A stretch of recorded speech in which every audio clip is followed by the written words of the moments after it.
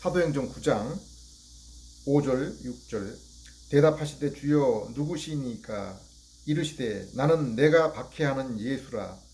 너는 일어나 시내로 들어가라. 내가 할 것을 내게 이를 자가 있느니라 하시니. 오늘은 사도행전 9장 5절 6절 말씀을 통해서 하나님의 보편 언약이라는 제목으로 하나님의 말씀을 함께 살펴보도록 하겠습니다. 바울은 교회를 핍박하러 가는 도중에 구주 예수님을 만나게 됩니다. 사도행전 9장 3절에서 5절 사울이 길을 가다가 다메섹에 가까이 이르더니 호련히 하늘로부터 빛이 그를 둘러 비추는지라. 땅에 엎드러져 들음에 소리가 있어 이르시되 사울아 사울아 내가 어찌하여 나를 박해하느냐 하시거늘 대답하되 주여 누구시니까 이르시되 나는 내가 박해하는 예수라. 너는 일어나 시내로 들어가라. 내가 행할 것을 내게 이를 자가 있느니라 하신대. 오늘날 인생들이 이렇게 공허하고 혼돈스러운 그러한 이유가 무엇입니까? 솔로몬처럼 자신의 육체의 욕구를 충족시키고 마음에 원하는 것을 다 이룰 때조차도 여전히 만족이나 기쁨 대신에 그 마음 가운데 있는 허전함, 더 큰 절망이 찾아오는 것은 왜 그렇습니까? 바울이 다메섹 도상에서 가졌던 이 두 가지 질문에 대답을 얻지 못했기 때문입니다. 주여 누구시니까? 나는 내가 박해하는 예수라. 내가 무엇을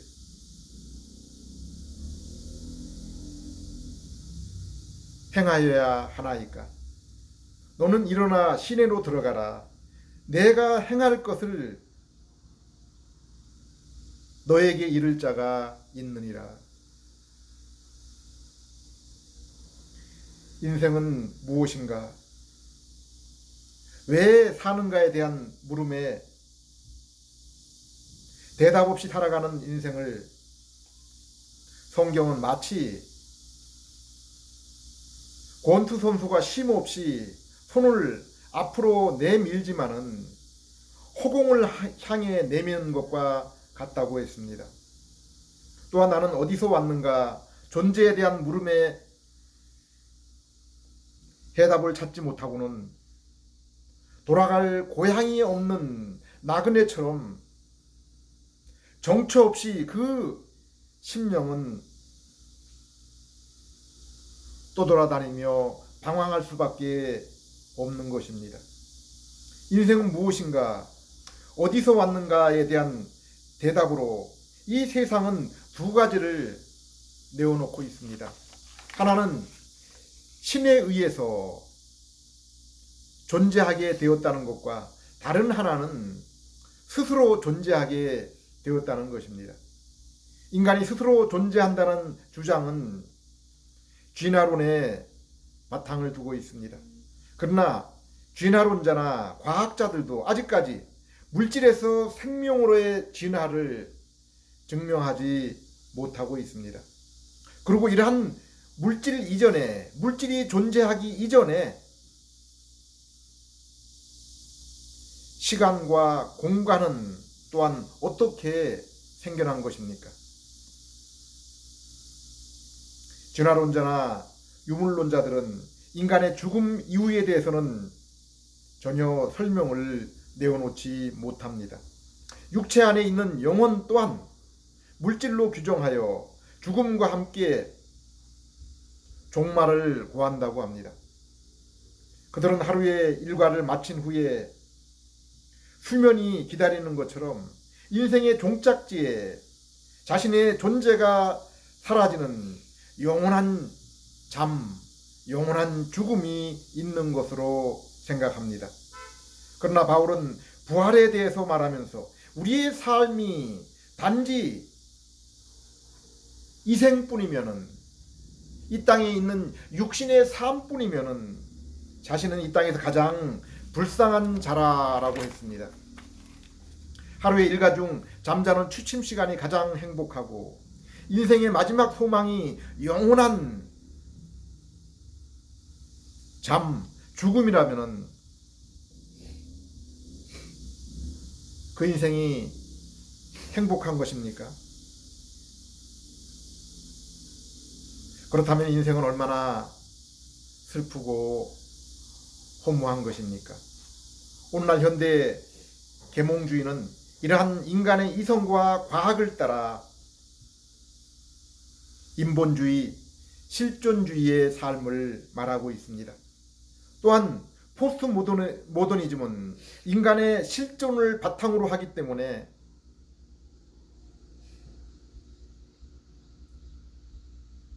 인간에게 이 땅에서 절대 진리를 인정할 수 없고 모든 것을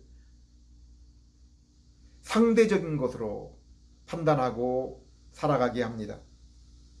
지금 시청 앞 광장에서 벌어지는 퀴어 축제가 바로 이러한 생각들의 산실입니다. 그러나 모든 인생은 신의 피조물이라는 이념은 그러면 어떻습니까? 동양의 불교, 힌두교 같은 종교는 깨달음의 종교입니다. 이러한 종교의 신은 초대교회 당시의 헬라 시대의 사상, 영지주의나 플라톤 사상과도 유사합니다. 인간의 영혼 속에는 신성이 있어서 명상이나 깨달음, 수행을 통해서 부처와 같은 완벽한 인간에 이룰 수 있다고 생각합니다. 그러나 이러한 가치 철학, 이념은 세상의 창조, 인생의 존재를 우리에게 제대로 설명해 주지 못합니다. 또한 로마와 그리스의 신들, 모든 민족들이 가진 신들은 천지 만물을 창조, 주관할 수 없는 단지 인간보다 조금 나은 존재에 불과하게 묘사하고 있습니다. 우리가 아는 유대교나 회교는 그 근본을 구약 성경에서 찾고 있으나 마치 모세가 이스라엘에게 하나님의 영광을 가리기 위해서 수건으로 자기 얼굴을 감싼 것과 같습니다. 그들은 하나님의 창조주 되심은 어느 정도 알고 있지만은 예수 그리스도를 통해 나타나는 참된 하나님을 모르고 있습니다. 이러한 자들에게 로마서 10장 2절에는 그들이 하나님께 열심은 있지만은 올바른 지식을 따르는 것이 아니라고 했습니다. 요한복음 16장 2절 3절에도 때가 이르면 무릇 너희를 죽이는 자가 생각하기를 이것이 하나님을 섬기는 일이라 하리라. 그들이 이런 일을 할 것은 아버지와 나를 알지 못함이라. 만일 우리가 하나님이 세상을 창조하고 나를 지으신 것을 아는데, 그것은 알고 있는데, 그러나 정작 그분을 나는 알 수 없는 그러한 미지의 하나님으로 내가 살아가고 있다면 인생이 얼마나 허무합니까? 추상적입니까? 소망을 어떻게 그곳에서 찾을 수가 있겠습니까? 그러나 성경은 우리에게 소망에 대해서 분명하게 말씀하고 있습니다. 고린도서 3장 12절, 우리가 이 같은 소망이 있으므로 담대하게 말하노니 우리는 모세가 이스라엘 자손들에게 장차 없어질 것의 결국을 주목하지 못하게 하려고 수건을 그 얼굴에 쓴 것과 같지 아니하노라. 그러나 그들의 마음이 완고하여 오늘날까지도 구약을 읽을 때 그 수건이 벗겨지지 아니하고 있으니 그 수건은 그리스도 안에서 없어질 것이라. 오늘날까지 모세의 글을 읽을 때 그 수건이 그 마음을 덮었도다. 그러나 언제든지 주께로 돌아가면 그 수건이 벗겨지리라. 주는 영이시니 주의 영이 계신 곳에는 자유가 있느니라. 우리가 다 수건을 벗은 얼굴로 거울을 본 것 같이 주의 영광을 보매 그와 같은 형상으로 우리도 변화하여 영광에서 영광에 이르니 곧 주의 영으로 말미암음이니라.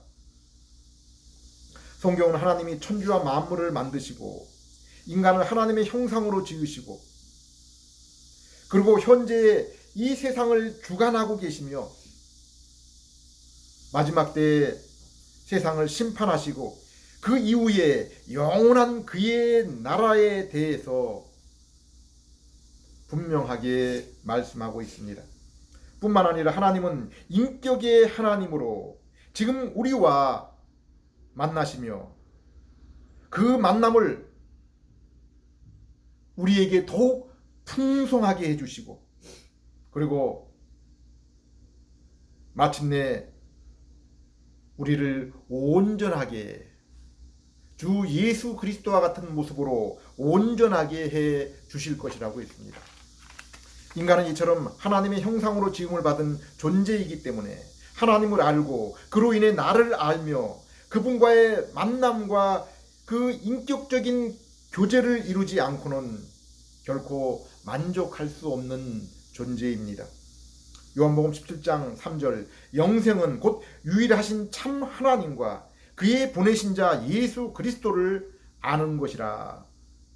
요한일서 1장 3절 4절 우리가 보고 들은 바를 너희에게도 전함은 너희로 우리와 사귐이 있게 하려 함이니 우리의 사귐은 하나님 아버지와 그 아들 예수 그리스도와 함께하는 사귐이라.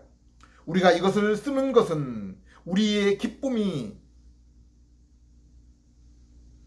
함께 충만하게 하려 함이라. 웨스트민스터 소교리 문답에 인생의 목적을 무엇이라 말하고 있습니까?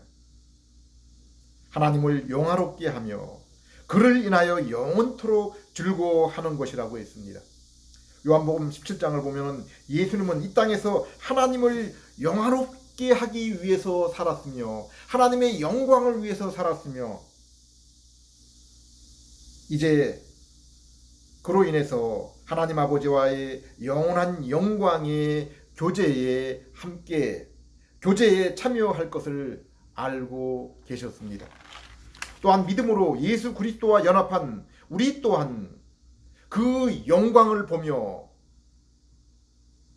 그 영광에 참여할 것이다 라고 그것을 위해서 기도하셨습니다.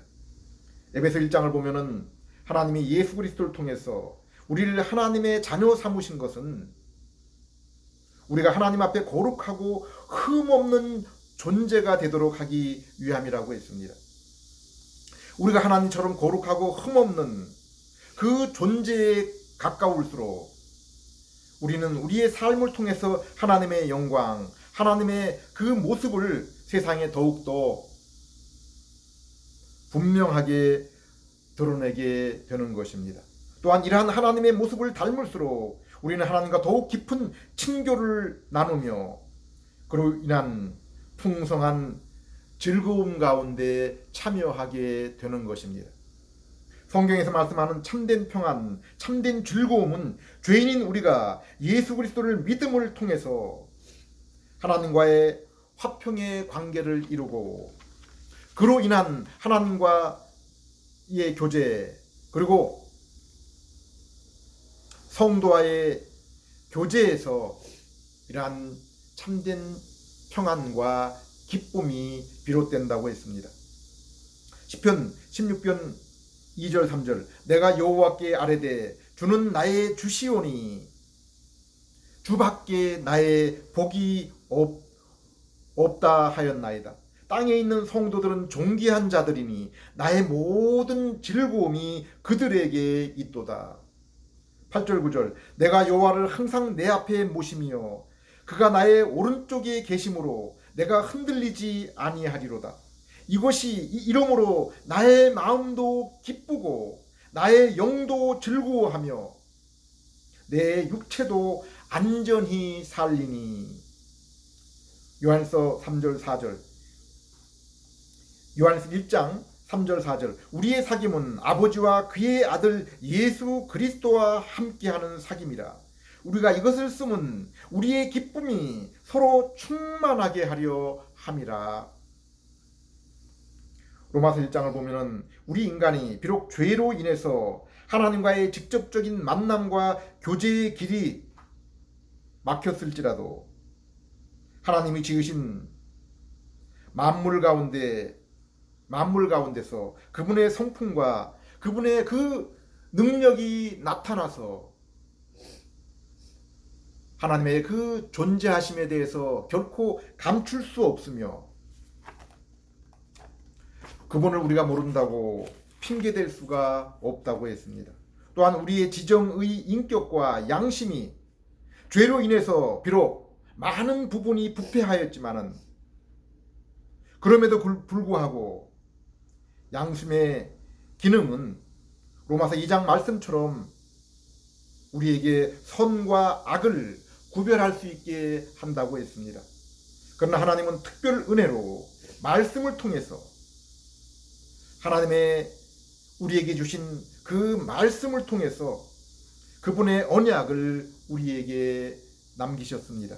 이 하나님과 그분의 백성과의 언약의 방식은 이미 아브라함과 모세 당시에 근동지방에서 널리 알려진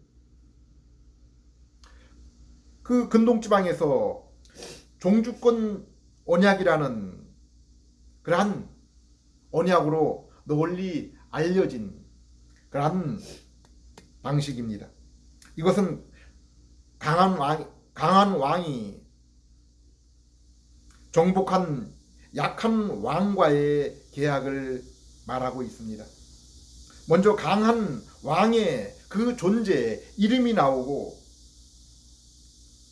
역사적 서원으로 그 강한 왕이 한 일에 대해서 나옵니다.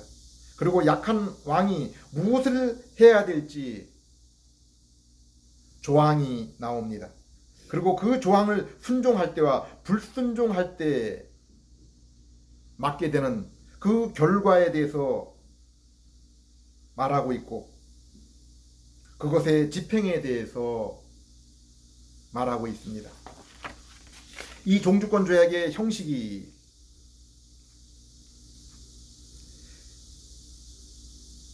창세기 15장에 하나님이 아브라함에게 하신 그 맹세와 또 출애굽기 19장 20장에 하나님께서 모세와 이스라엘과 맺은 시내산 언약에 나옵니다. 또한 이 언약의 관계는 하나님이 최초의 인간 아담에게 베푸신 은혜와 그리고 그 은혜에 따른 요구사항에서도 나타나는 성경 전체가 말씀하는 보편적인 그러한 언약이기도 합니다. 하나님은 천지와 만물을 창조하시고 인간을 자신의 형상으로 지으셨습니다.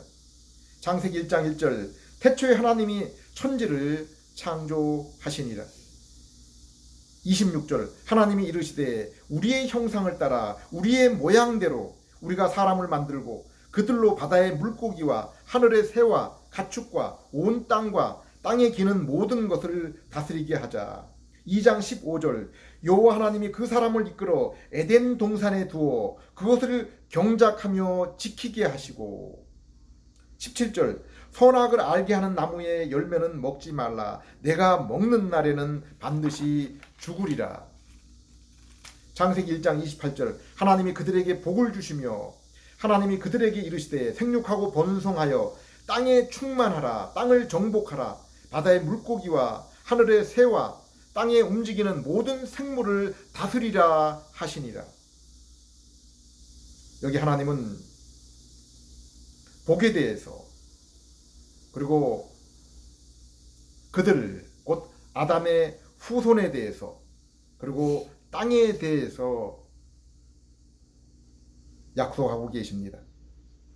이처럼 하나님은 천주와 만물을 창조하시고 인간을 자신의 형상으로 지으시고 이 모든 일을 자신 스스로 하신 일임을 밝히고 있습니다. 그리고 땅에 사람을 충만하게 하고 피조물을 다스릴 권한을 주십니다. 에덴 동산에 인간을 두어서 하나님과 교제하게 하시고 그 하나님으로부터 지혜와 명철을 얻어 선악을 구별하게 하시고 사명을 감당하게 하신 것입니다. 그의 후손인 씨와 땅과 복을 허락하신 것입니다. 여자의 출산을 통해서, 그리고 땅을 경작하는 그 노동과 안식을 통해서 이 일을 이루십니다. 하나님은 창세기 12장 2절 3절에서도 아브라함에게 그의 후손과 땅과 하나님의 복을 약속하시고 너로 인해 천하 만민이 복을 얻을 것이다 라고 그렇게 언약하셨습니다. 비록 죄로 인해 아담과 후손이 에덴을 쫓겨났고 하나님과의 관계가 끊어졌지만 하나님은 창세기 3장 15절 아담 언약과 그 이후에 노아, 아브라함, 모세와 다윗 새 언약을 통해서 이 언약을 하나님께서 이루실 것을 약속하고 있습니다. 아담은 하나님 앞에 이 땅에 하나님이 만드신 이 땅의 왕으로 세움을 입었습니다. 후손을 땅에 충만하게 하고 그 땅의 피조물을 다스리며 하나님과의 만남의 장소이자 아담이 거주하는 그 가정인 에덴 동산을 잘 지키게 하셨습니다. 이 모든 것을 아담이 또 아담의 후손인 사람이 이룬 것이 아니라 하나님이 하신 것입니다. 그리고 동산 가운데 선악과 열매를 먹지 말라고 금지 명령을 내리십니다. 그리고 이것을 어기면은 불순종하면은 죽을 것이라고 했습니다. 그러나 순종하면은 어떠한 상이 있을지는 본문에 나타나 있지 않지만은 동산 가운데 생명나무와 또 하나님의 일곱째 날을 안식의 날로 거룩하게 하신 것을 보면은 아담이 하나님께 순종하게 될 때 하나님의 정하신 때 영원한 생명을 얻고 영원한 안식을 누릴 그 소망이 바로 순종의 상급이었음을 짐작할 수 있습니다. 그러나 아담이 불순종함으로 인해서 하나님과의 교제가 끊어지고 에덴 동산에서 쫓겨났습니다. 그러나 하나님이 아담에게 주신 후손이 땅에 충만하라는 사명과 땅을 다스리라는 사명은 없어지지 않았습니다. 비록 여인이 죄로 인해 해산의 그 고통이 있고 아담에게 그 노동을 할 때 고통과 그 수고의 땀이 죄의 저주로 인해서 생겼지만은 하와를 통해 후손이 나왔고 그 후손 가운데 우리를 구원할 예수님이 포함이 되었습니다. 또한 아담이 비록 노동의 그 고통과 수고가 있었지만은 그 노동으로 인해서 예수님과 그 백성의 숫자가 차기까지 이 땅에서 그 생명을 보존할 수 있게 하신 것입니다. 그리고 장차 오실 그 여인의 후손 아들을 통해서 하나님의 복, 곧 내가 너희의 하나님이 되고 너희는 나의 백성이 되리라는 그 성경이 말씀하고 있는 그 복이 이루어지게 되는 것입니다. 히브리 3장 18절 19절을 보면은 하나님이 이스라엘에게 약속한 땅에 들어가지 못한 것은 그들이 순종하지 않았기 때문이라고 했고, 그들이 그렇게 순종하지 못한 것은 그들이 믿지 않았기 때문이다라고 이렇게 말씀하고 있습니다. 로마서 5장에서 바울은 아담의 불순종과 그리스도의 순종에 대해서 말씀하고 있습니다. 성경이 말씀하는 언약은 하나님의 무조건적인 그 은혜에 대한 인간의 조건적인 순종을 통해서 효력이 발생합니다. 그러나 이러한 인간의 순종은 또한 믿음과 연결되어서 그 믿음의 결과라고 성경은 말씀하고 있습니다. 그래서 이것을 바울은 갈라디아서 6장 5절에 사랑으로 역사하는 믿음이라고 했고, 야고보 사도는 행함이 없는 믿음은 죽은 믿음이라고 했습니다. 히브리서 11장 6절을 보면은 믿음 없이는 하나님을 기쁘시게 할 수 없다고 했습니다. 하나님은 순종하는 자를 기뻐하십니다. 그래서 그들을 친구라고 불렀고, 노아와 참 아브라함도 하나님 앞에 의인이다라고 우리 하나님께서 기뻐하시며 칭찬했습니다. 욥 또한 마찬가지입니다. 하나님 앞에 하나님께서 그 사단 앞에 칭찬하며 이 세상에 욥과 같은 의인이 없다라고 이렇게 말씀하고 있습니다. 그러나 정녕 노아와 아브라함과 그리고 욥이 하나님 앞에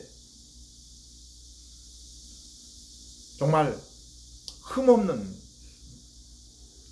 그러한 존재이기 때문에 그렇게 부르신 것입니까?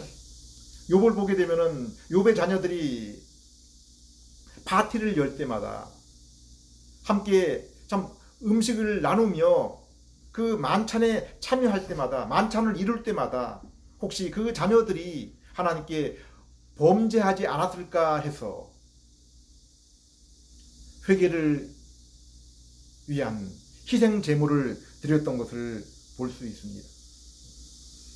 우리가 이러한 것들을 보게 될 때 하나님께서는 바로 믿음을 통한 하나님과의 그 관계 가운데서 이루어지는, 비록 완전하지 않지만은 하나님 앞에 그 선한 동기로 이루어가는 그러한 그 순종을 우리 하나님께서는 흠없이 또 의롭고 거룩하게 받아주신 것입니다.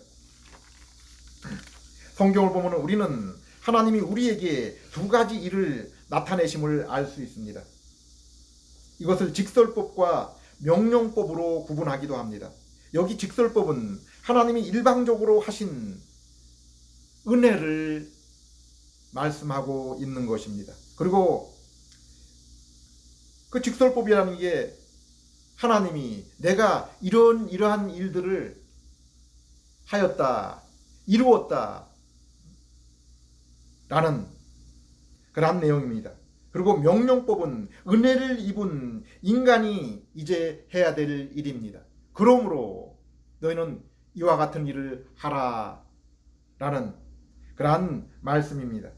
하나님은 아담과 택하신 백성에게 그들을 자녀 삼으시고 이 땅에서 그의 자녀로 충만하게 하고 땅을 다스리게 하셨습니다. 그리고 선악과를 먹지 말라 계명을 주시고 그 율법과 계명을 지키게 하셨습니다. 그것에 순종하는 것이 참 믿음이요, 불순종하는 것은 거짓 믿음이며 참된 그 믿음의 결과, 그 순종의 결과가 영생 복락이요, 그 불순종, 그 불신의 결과는 저주와 영벌이라고 말하고 있습니다. 에베소 1장을 보면은 하나님은 이미 창세전에 우리를 사랑하시고 택하시고 성자 예수님을 통해서 구속과 구원을 완성하시고 성령님을 통해서 택하신 우리를 거룩하게 하시고 믿음을 주셔서 하나님께서 그리스도를 통해 이루신 그 일들이 우리의 것이 되게 하셨다고 했습니다. 옛 언약으로 불리는 모세의 율법은 희생제물, 제사장, 성막 그리고 모형을 통해서 하나님께서 죄악된 세상 애굽에서 구원해낸 백성이 그 율법을 통해서 장차 오실 예수 그리스도를 믿음으로 순종의 삶을 살게 하신 것입니다. 그래서 히브리서 4장은 바로 율법에 대한 순종은 믿음이다라고 말씀하고 있는 것입니다. 그리고 이제 율법의 성취, 모형의 실체이신 예수님이 오신 이후에도 우리는 새 언약을 이루신 예수님을 믿음으로 영원한 하나님의 백성이 되며 그로 인해 죄에서 해방되어 의로운 삶을 살도록 새 마음을 얻게 된 것입니다. 또한 이러한 믿음, 중생과 새 마음을 통해서 우리가 이러한 믿음을 얻었기 때문에 우리의 삶은 자연스럽게 그 참 믿음에 따르는 율법의 순종으로 이어가게 되는 것입니다. 그래서 로마서 8장 4절에는 우리가 율법을 따라 순종하며 살도록 예수님이 죄 있는 육신의 모양을 입으시고 죄를 대신하여 죽으셨다라고 그렇게 말씀하고 있습니다. 하나님께서 이 땅에 하나님의 그 아들이 육신의 몸을 입고 이 땅에 오셔서 십자가에 달리시고 우리의 그 죄를 없게 하신 것은 바로 우리가 이제는 율법을 순종하는, 율법을 따르는 삶을 살도록 하기 위함이다라고 말씀하고 있는 것입니다. 3절 4절 율법이 육신으로 말미암아 연약하여 할 수 없는 그것을 하나님은 하시나니 곧 죄로 말미암아 자기 아들을 죄 있는 육신의 모양으로 보내어 육신의 죄를 정하사 육신을 따르지 않고 그 영을 따라 행하는 우리에게 율법의 요구가 이루어지게 하려 하심이니라. 이제 우리의 그 삶이 율법을 거스리는 삶이 아니라 율법을 순종하는 삶을 살게 되는데, 이것은 하나님께서 우리에게 하나님의 성령을 보내주시고 성령을 통해서 새 마음을 우리 안에 심겨 주셨기 때문이라고 말씀하고 있는 것입니다. 고린도전서 15장 45절 46절을 보면은 첫사람 아담은 생명이 되었다 함과 같이 마지막 아담은 살려주는 영이 되었나니 그러나 먼저는 신령한 사람이 아니요 육의 사람이요 그 다음에 신령한 사람이라라고 말씀하고 있습니다. 여기에 보면은 비록 아담이 죄를 지은 상태 이전에 그 에덴 동산에서 하나님과 교통하며 살았지만은 그러나 아담은 그럼에도 불구하고 땅의 사람이다라고 이렇게 기록하고 있습니다. 그러나 믿음으로 살려주는 영이신 예수님과 연합한 우리는 이제는 더 이상 아담처럼 땅에 속한 사람이 아닌 하늘에 속한 신령한 사람이다라고 이렇게 말씀하고 있습니다. 고린도에서 2장 16절에 따르면은 이러한 사람들은 바로 그리스도의 마음을 지닌 자입니다. 그래서 고린도에서 2장 12절에도 하나님께서 우리에게 세상의 영을 주지 않고 하나님으로부터 온 영을 주셔서 하나님께서 우리에게 주신 그 은혜의 선물들의 그 풍성함과 기이함을 볼 수 있게 해주시고 알 수 있게 해주셔서 우리가 믿음을 통해서 얻을 수 있게 되었다고 했습니다. 오늘 이 언약의 말씀을 따라 새 언약을 이루셔서 우리에게 신의 성품, 곧 하늘에 속한 새 마음, 새 성품을 주신 예수님을 믿음으로 기쁨과 자원함으로 하나님이 우리에게 주신 율법을 순종하며 그로 인해서 하나님께서 우리에게 은혜로 주신 그 모든 것들을 우리가 붙잡고 풍성하게 누릴 수 있는 저와 여러분 되시기를 주님의 이름으로 부탁을 드립니다. 기도드리겠습니다. 하나님 아버지, 불순종하여 정죄 가운데 있던 저희들이 아들 예수님의 순종을 통해서 새 마음을 얻게 하시고 영원한 하나님의 자녀 된 구원의 길을 우리 앞에 열어주심을 감사드립니다. 이 시간도 이 소식을 들을 때, 이 언약의 소식을 들을 때 성령님의 중생과 거룩한 새 마음을 주셔서 하나님의 비밀, 하나님의 보물인 예수 그리스도를 알게 해주시고 믿게 해주셔서 그리하여 기쁨으로 주님께서 우리에게 주신 생명의 계명의 말씀을 영의 양식이 되는 이 말씀을 주님의 명령을 친히 순종하는 그러한 저희들 될 수 있게 해 주시옵소서. 예수님 이름으로 기도드립니다.